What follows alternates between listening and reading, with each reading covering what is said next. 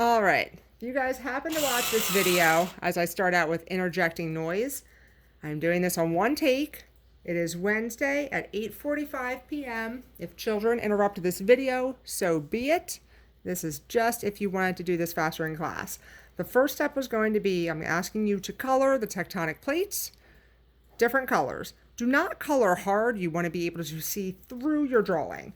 All right, you'll notice right here on the left-hand side, this is the Pacific plate. Again, we are not winning awards here for perfect coloring, people. Just lightly color in the plate. See, nothing fancy. I can still see through that coloring, by the way. All right, you'll see over here, all right, it's going to wrap around to this section.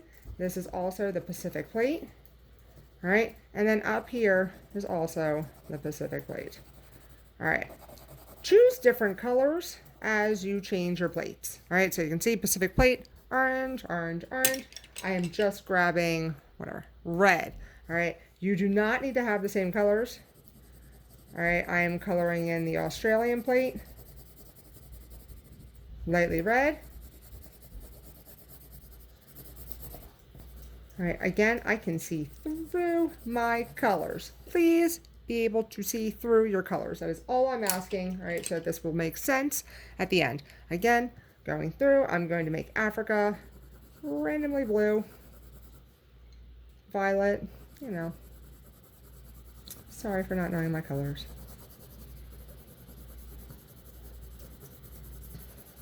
All right, African plate, colored.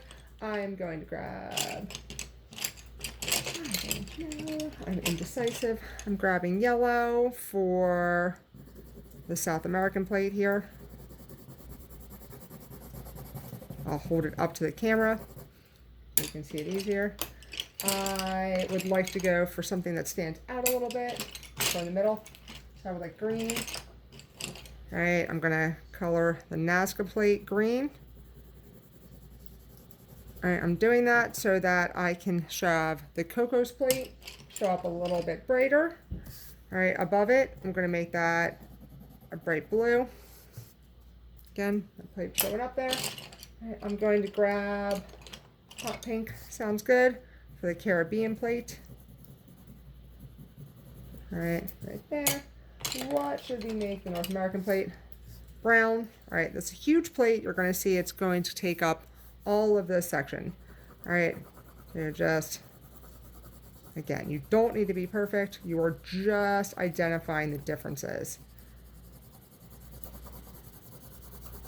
Come on up. All right, if you are spending a ton of time on this, unless you are submitting this for an ultimate grade, you know, to take the place of your test, you don't need anything fancy. All right, I'm gonna grab gray for the Eurasian plate.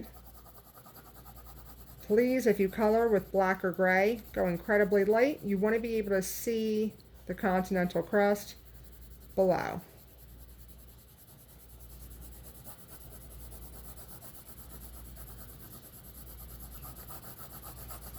I'm realizing now as I color the Eurasian plate, that I didn't finish coloring the North American plate over on this section. Come down here with a little bit of brown. All right, last two plates down here.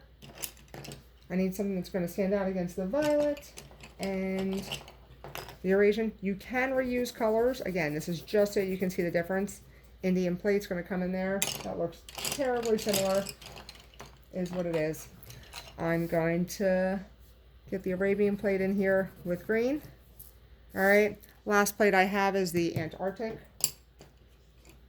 What color is going to show up nice? I don't know. I'm going to grab light blue.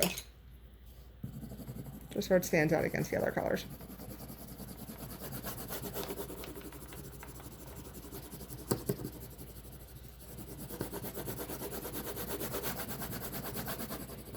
For those of you who are artists watching me and cringing, so be it. You can make fun of me in class.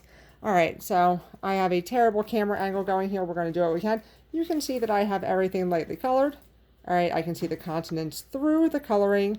If you cannot see the continents through the coloring, you have done this wrong. So that's what it is. We are next going to make a key.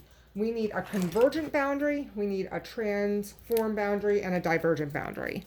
Easiest way to see this, all right, to be quite honest, if you mimic the colors, it'll make a whole lot of sense. I do triangles or peaks, all right, however you want to draw them, all right, for convergent boundaries, all right. I do green lines, all right, for transform boundaries, and I do purple circles, all right, for, sometimes I overlap them like the Olympic rings, all right, for divergent boundaries. All right, reason why I do this, to put it simply, I remember red for magma, doesn't have to be that way. All right, for convergent, because we're going to see a lot of volcanoes come up in those convergent areas. I use green for transform. I see those parallel lines, all right, as shifting, all right, or moving side to side, and then divergent boundaries going away from each other, and I just kind of see that as like pulling away for some reason. I make those as circles, all right. If you are with Miss Piper, you will notice that her lines, all right, are not going to switch back and forth quite as often. I'm not concerned with you knowing the back and forth between divergent and transform quite as much, right? Instead, knowing an overall trend. What we're going to do is we're going to start right here at the top of the Pacific plate. You are going to make this, all right, a convergent boundary. Okay. From there, all right, we're coming down the side of the North American plate. I'm going to zoom in a little bit on my drawing. All right, I'm going to make sure I'm kind of in the correct area. All right, at that top area, we're going to do a little bit of transform. And we're going to have, right, this is actually another very small plate we'll address later on in our units. It's called the Juan de Fuca plate. It's not on this map, it's just there. Just trust me. All right, we'll get there at some point. We have convergence, and then a little bit below, we're going to have divergent.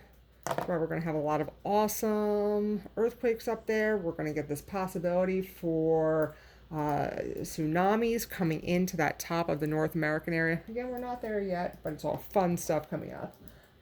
Right around here, all along that western side of the United States, you're going to see a lot of transform boundaries. That's where we get that San Andreas Fault. Again, we haven't gotten there. We're going to have some back and forth boundaries right on top or to the side of Mexico.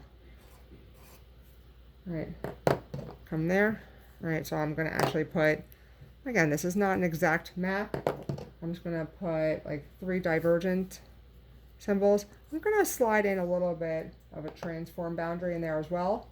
All right, you're going to see now from the side of the Cocos plate, which is right here, all the way down across, I'm actually just going to do a whole bunch of divergent boundaries.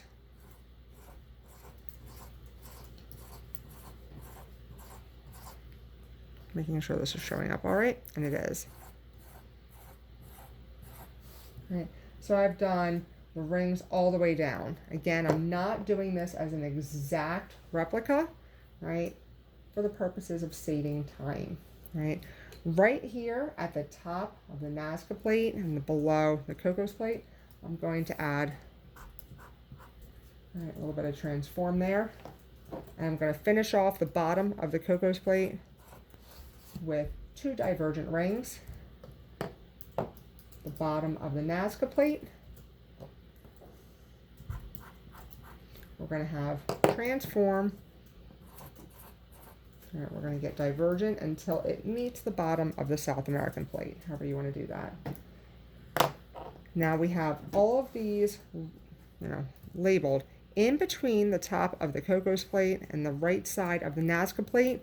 That's where we're going to see a lot of those convergent boundaries again. So you just have to add triangles all the way down, all right, right until that end of that area. All right. If you're with me, all right, we can see beautiful little display we got going on there. If we take that Caribbean plate, the top and the bottom of the Caribbean plate are sliding